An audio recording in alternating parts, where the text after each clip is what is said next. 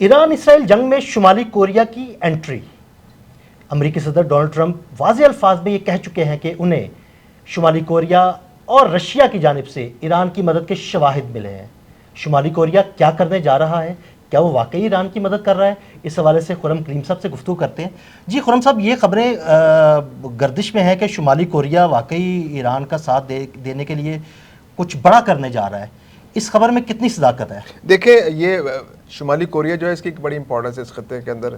फार east के अंदर एक ऐसा मुल्क जो अमेरिका का मुखालिफ समझा जाता है। और ये पूरी जंग जो है, ये दो तरह दुनिया इस वक्त तकसीम है। एक अमेरिका जो इसराइल की हिमायत में खड़ा हुआ है, और अमेरिका की हिमायत में पूरा यूरोप खड़ा हुआ है। बिल्कुल, तो दुनिया इस तरह से तकसीम है। दूसरी जानिब रूस है और चाइना है और पाकिस्तान है, जो या मुस्लिम ममालिक है जो चाह रहे हैं कि जंग बंद हो जाए। जो इसराइल जो बिला वजह की जारियत ईरान पर उसने जो एक जंग मुसल्लत कर दी है जिसका कोई जवाब मौजूद नहीं है, तो उसके अंदर अमन की ख्वाहिश रखने वाले ममालिक मौजूद हैं। जैसे चीन है, उसने रशिया, उसने तो साल से भी पेशकश की है कि ईरान और इसराइल के दरमियान मैं साल से कर सकता हूँ क्योंकि दोनों से मेरे अच्छे ताल्लुकात हैं, तो मैं इनको मुज़ाकरात की टेबल पर लाकर मुज़ाकरात कामयाब करा सकता हूँ।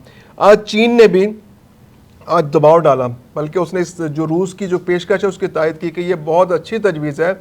रूस कोशिश करे तो ईरान और इसराइल के दरमियान ताल्लुकात को ठीक कर सकता है, मुज़ाकरात पर ला सकता है, जो एस्केलेशन उसको ख़त्म कर सकता है। इसके अलावा फ़ौजें वापस जा सकती हैं और हालात नॉर्मलाइज हो सकते हैं।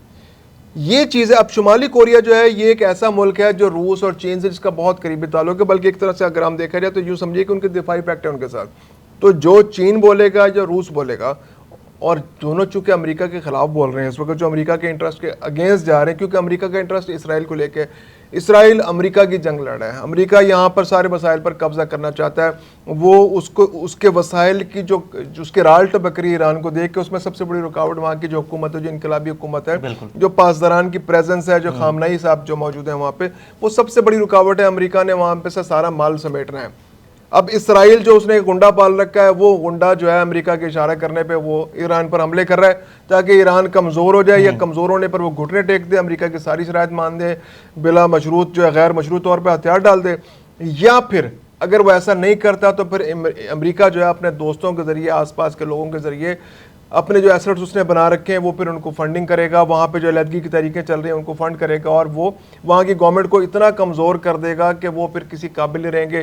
फिर आने वाले दिनों में वहाँ पे इलेक्शंस होंगे, और जो खाना जंगी की सूरत पैदा कर दी जाएगी, जो अफ्रीका में होता रहा, और बहुत सारे या तो खाना जंगी करा देगा, या फिर उस गवर्नमेंट को इतना कमज़ोर करा देगा कि उसको इलेक्शन कराने पड़ जाएंगे। और इलेक्शन जब इस तरह के हालात में होते हैं तो इलेक्शन फिर आमतौर पर वो लोग हुकूमतें हार जाती हैं, तो फिर नई हुकूमत आएगी, फिर अमेरिका उससे अपने मुतालबात मनवाएगा, और फिर उस पर उसका एहसान भी होगा कि देखो हमने तुम्हें हुकूमत दिलवाई। क्योंकि वहाँ पे पोटेंशली ऐसी बहुत सी तरीके मौजूद हैं जो ईरान में नई गवर्नमेंट ला सकते हैं, या ईरान के अंदर सोच को तब्दील कर सकती हैं।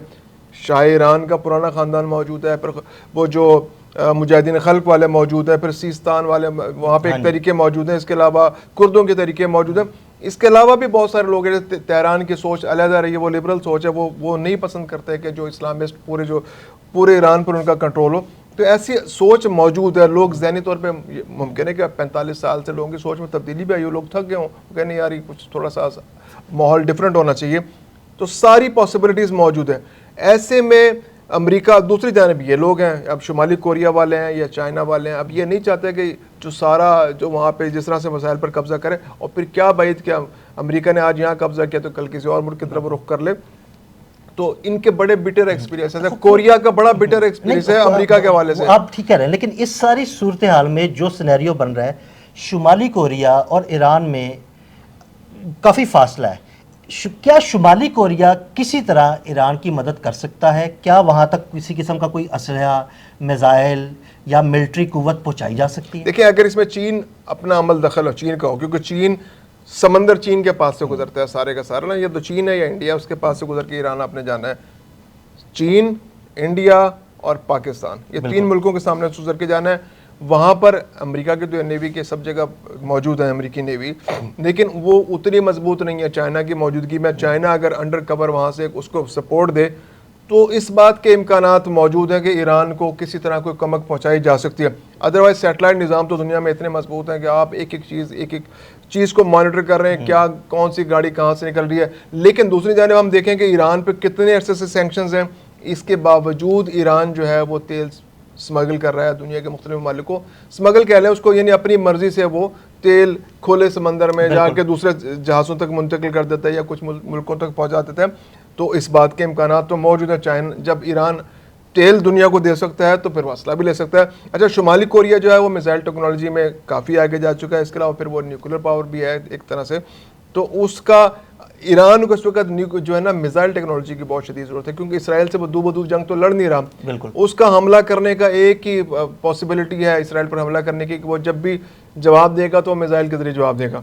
तो पाकिस्तान तो जाहिर सी बात है, क्योंकि पाकिस्तान तो अपने पोजीशन क्लियर कर चुका है कि हम असला नहीं देंगे, हम इस जंग में शामिल नहीं होना चाहते, हम ना मिसाइल देंगे ना कोई और टेक्नोलॉजी ईरान को देने की या कोई सिस्टम देने के लिए हमारा कोई इरादा नहीं है। लेकिन हम पॉलिटिकल फ्रंट पे और इखलाकी तौर पे ईरान की मदद करते रहेंगे, दुनिया को कन्विंस करते रहेंगे, सफारती सतह पर कोशिश करते रहेंगे कि ये जंग रुक जाए। शुमाली कोरिया की ये पोजीशन है, चाइना की ये पोजीशन है कि वो फार ईस्ट के रास्ते, बहर हिंद के रास्ते जो है वो ईरान की मदद कर सकते हैं।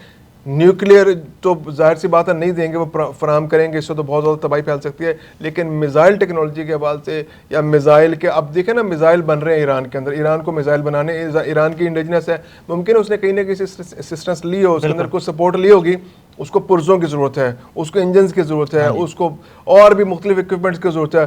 तो शुमाली कोरिया जो इंडिजिनसली वहाँ पर काम कर रहा है, उसकी मिसाइल टेक्नोलॉजी काफ़ी अच्छी है, तो वो ज़रूर ईरान को इसमें मदद कर सकता है, टेक्निकल असिस्टेंस दे सकता है, खाम माल दे सकता है, इंजन दे सकता है और पुर्जा दे सकता है। फ्यूल तो ईरान के पास फ्यूल की कमी तो नहीं है, तो ये मदद शुमाली कोरिया से उसको मिल सकती है और चीन से भी डेफिनेटली मिल सकती है। चीन बहुत इंपॉर्टेंट मुल्क है इस खत्ते के अंदर।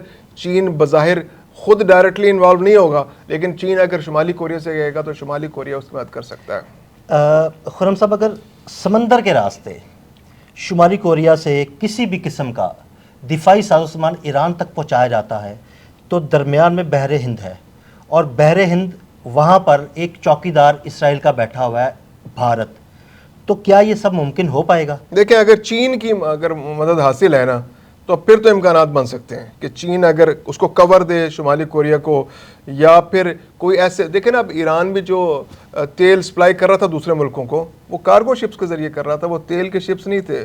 सही। तो वो समझे कि आधा कार्गो होता था, ऊपर नीचे तेल होता था, तेल के टैंक होते नीचे तेल के टैंक होते थे।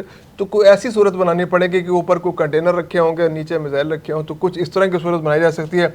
और बहुत सारी ऐसी कार्गो कंपनीज हैं जो पूरी इस खत्ते के अंदर ऑपरेट करते हैं, जिन पे इन्फ्लुएंस होगा, चाइना का भी होगा, शुमाली कोरिया। अब देखें ना, शुमाली कोरिया ने जो मिसाइल टेक्नोलॉजी या न्यूक्लियर टेक्नोलॉजी ली है, तो वो भी तो खुल के तो नहीं आई ना, वो भी कहीं ना कहीं ऐसे हो सकते हैं। फिर इसके अलावा दुनिया में स्मगलिंग के बहुत बड़े बड़े नेटवर्क्स होते हैं। जैसे देखें, हमारे पास अगर इंडिया ने अगर कहीं से टेक्नोलॉजी ली है, तो वो भी उसने कोई ख़रीदी तो नहीं है ना कहीं से, उन्होंने भी कहीं से कोई पुर्जा उठाया, तो कहीं से कोई पुर्जा उठाया, तो कहीं से कोई पुर्जा।